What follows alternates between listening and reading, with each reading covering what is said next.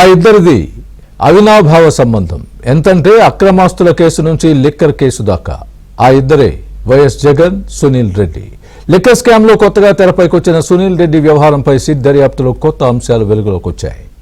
MR properties కేసులో జగన్ తో పాటు నర్రెడ్డి సునీల్ రెడ్డి జైల్లో ఉన్నారని సిట్ దర్యాప్తులో తేలింది.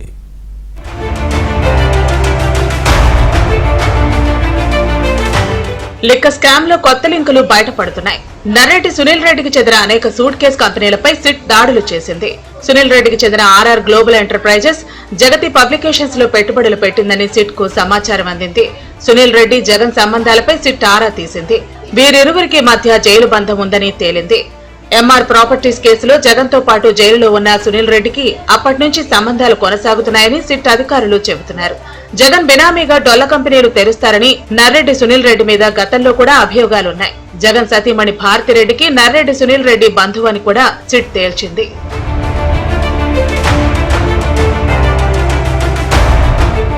వైసీపీ అధికారంలోకి వచ్చిన తర్వాత ఎన్నికలకు ముందు వివిధ కంపెనీలను రిజిస్టర్ చేయించి డైరెక్టర్ గా సునీల్ రెడ్డి ఉన్నారని సిట్ దర్యాప్తులో తేలింది. హైదరాబాద్, విశాఖలో నిర్వహించిన దాడుల్లో కీలక డాక్యుమెంట్లు కూడా లభ్యం అయ్యాయని చెబుతున్నారు. మద్యం ముడుపులు ఈ కంపెనీలోకి మళ్లించారని కూడా సిట్ అనుమానిస్తోంది.